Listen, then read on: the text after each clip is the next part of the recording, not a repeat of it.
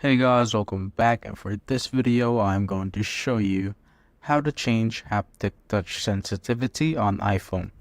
So first, what you want to do is open up your settings. Once you're there, just scroll down to accessibility.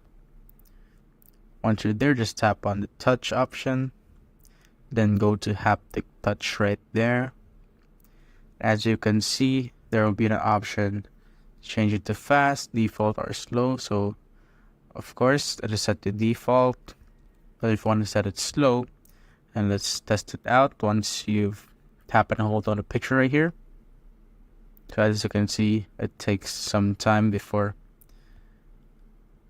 it goes to the menu or preview. So when we go to default and tap and hold it again, it's much more faster. Or it's more faster, as you can see. When you go to fast, as you can see, there's a significant difference between these two.